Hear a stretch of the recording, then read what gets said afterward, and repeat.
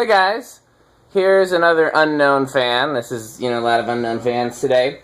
This one was given to me by Brian, fan of fans for the museum, but at the time it did not have a way to mount. It came with an odd low ceiling kit that did not go with the fan. You could tell because it wasn't the same color. The low ceiling kit was missing parts, and so you couldn't use it, and then there was no downrod coupler. So I tried all my downrod couplers and none of them fit, so I had to drill one. So I drilled a downrod coupler for it. So now I just need to find a correct canopy for it, and then we can put it in the museum. It would, I believe, we've never seen this exact fan before, but we've seen similar ones, and they've all used a canopy like an early Casablanca or a Winco would use. It's just a flat hand canopy, which is similar to what chandeliers use. Do you know what I'm talking about, Metal Pete? Nah. The very first Casablancas used a canopy that was just basically a flat disc. Okay. Can you picture that? Oh, yes. And then Winco's used it too, and a few other unknown fans used it. We need to find one of those that fits a half-inch downrod, or modify one to use a half-inch downrod. I have a brass one downstairs that would fit a 3/4-inch downrod, but so we got to figure out a way. So once we get a proper canopy for it, then this can be added to the fans that go in the museum. And I will probably take it over to the. I'll probably bring it to the museum, anyways, because I don't need the fan itself to find a canopy. I just need to know it fits a half-inch downrod, because that's the only flange I could find that would fit, even with drilling it. So there you have it. And we don't know who made these. We've been calling them Key Largo, but we're pretty sure they're not actually Key Largo, and we've never found one with a make on it, so no one knows. Uses a GE motor, variable speed knob with no low speed trim. Metal Pete noticed that when he was looking for the low speed trim, because the low speed from the factory is pretty fast, as is usually the case with variable speeds that don't have low speed trims. I just stole the first bell canopy I could find that fit it, so that's obviously an imported canopy on an American-made fan, so that's not right, but I didn't have a better canopy to go on it for the time being. Just keep your eye out for a white bell canopy that's flatter. It doesn't even have to be the exact same kind. Even like a Newtone canopy might be okay, but like that, Yeah. Just a flatter canopy, and then we'll hang it in the museum. So anybody who's got one, we're just looking for a flat, off-white bell canopy, or we can even paint something, but I hate painting brass finishes. It's just a flat-ish canopy for a half-inch downrod, and we'll get this in the museum. So let's turn it on with the on low speed. It draws 0.37, which is pretty high for a low speed. This is giving me a little bit of notions of childhood, because in the house down the street from my parents, there were two Casablanca fans that greatly shaped my childhood. One of them was a K63 Zephyr, antique brass, cane blades, and the other one was a, I believe K63, it could have been K55 with a bell canopy, Four Seasons, in antique white, 38-inch, and so this is reminding me a bit of that. 0.48. 0.48 amps is what we're at now. So, in case you've never seen our videos before, while we test the different speeds, we are checking the current draw. What's rattling? Oh, yeah, I think it's the blade arms. I tightened all the blade screws, but there's still like that little tiny gap that the screws just don't go all the way down. So we need washers. Yeah, we would have needed washers. Well, then we'll need to do that before we put it in the museum, because we don't want it rattling in the museum. Nope, but... Are you sure it's the blade screws? Yes, because I put the blades on them. Well, when it stops, I'll check it. In fact, stop it. Let's stop it now, because I'm going to check it before I forget to check it. Say check again. Check it. That was it. Oh, yeah.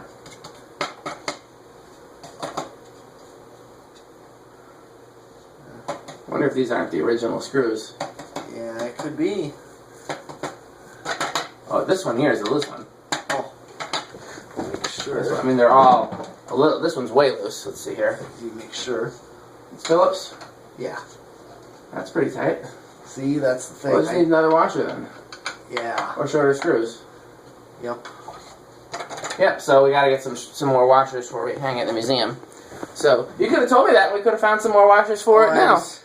Yeah. Okay. 0.56, 0.58 amps is what we're drawing. Yep, that's where it was last. Other than that, it's silent with 0.58. 0.77. Little thing flies. 0.85. Yep, 0.85 amps is what we're drawing now. 0.97 amps. Uses a GE motor. These are usually anywhere between... you're right on 1 amp. This is high? Yep. Okay. That's all the way high. And just Yeah, it should be about as much as any other K55 type fan. Yeah. Oh yeah.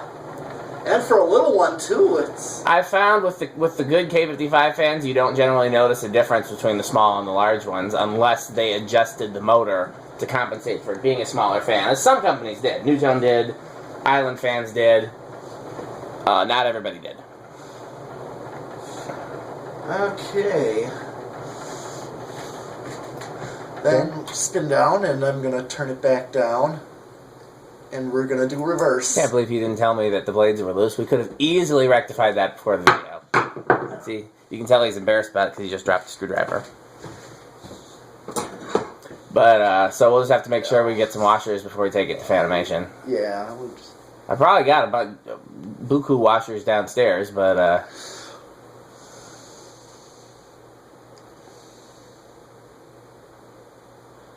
the bearings seem fine, but at the same time, that was a fast spin down. Oh, yeah, it's a little fan, so that's yeah, it still seems fast, though. Is it ready for, okay, low reverse, 0.36. I'm sure, no, I guess I'm not sure it's going to be the same. Yeah, it's flopping to 0.37. Yeah. Basically, it's the same. I wish I knew who made these. Yeah. We have a variation on this fan in the museum already. We have the ornate 50-inch version. What's it called? We don't know. It's another unknown. Yeah, it's a Key Largo-ish. Yeah. There are a fair number of unknowns in the museum, because if something is weird enough that we don't know the name of it, then that's, you know.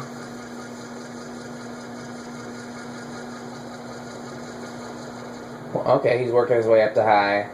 And 1.01, so just a little bit more in reverse. Okay. Okay, and then I'm going to flip it back. And we'll just do a decade on this one. I already did variable. I like it. Yeah. I like it. I passed up. Another collector found one of these in the larger size, and I passed it up at the time because it didn't interest me. But in the smaller size, I like it. Okay, let's see where it starts. 1. I'm going to guess maybe 3. 2. 3. Yes, you're right. 3. Well, that's because I'm a genius. 0.17. 4. 0.21. I'm going to kind of give it a chance to get up to speed. It really does remind me of a 38-inch antique white Four Seasons from the side. Have we measured it to see what size it is? It's got those shorter arms, but they're not like stub arms. No, we never measured it. Okay, here, stop it for a second.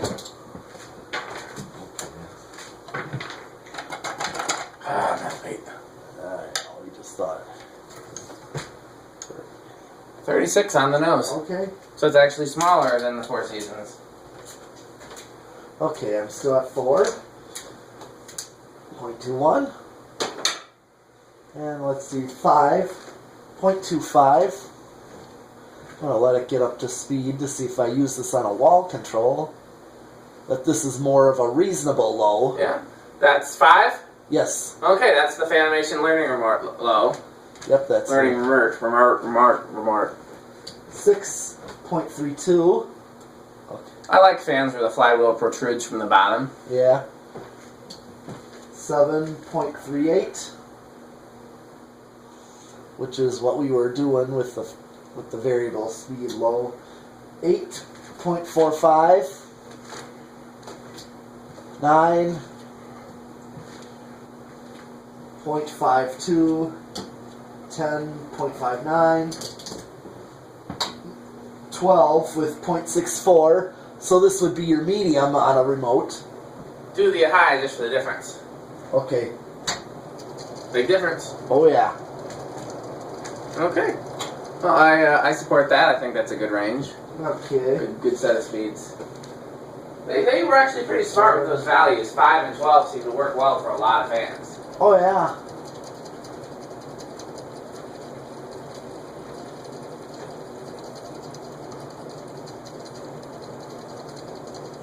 And 14 is 0.76, 15.82, 16.87, 17.92. So if anybody's watching our videos for the first time, what we're doing is we're testing different capacitor values in series with the fan, the exact same way wall control would be.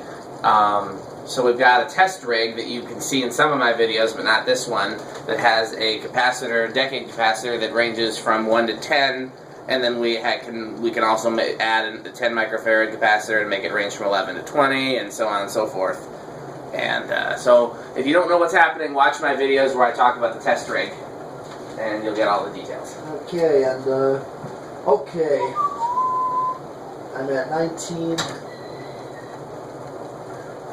I'm right on the money with 19, so, and I go over on 20. Right on 20, I start to go over with 1.05, so I can't use an 81220 on this. So. You can't use an 81220? No, you can't. Okay. Well, we've already done solid state. Yes. Do you think this is safe for 0 to high? Why not? If it's going to be in the museum, it's going to get 0 to high all day. Yeah, so it's... the flywheel seems to be in great shape. Oh, yeah. Let's see the inrush. 1.12. So quite a large inrush current for such a small fan. Yes, and it drops to 1.01. That's not surprising, though, because I think most GE motor fans tend to be right around 1.1 or 1.12, but this one has such small blades that once it gets up to speed, it doesn't need as much. Yeah. Okay, well, this is the final video from tonight. Okay. So, as always, thank you for watching, and more cowbell.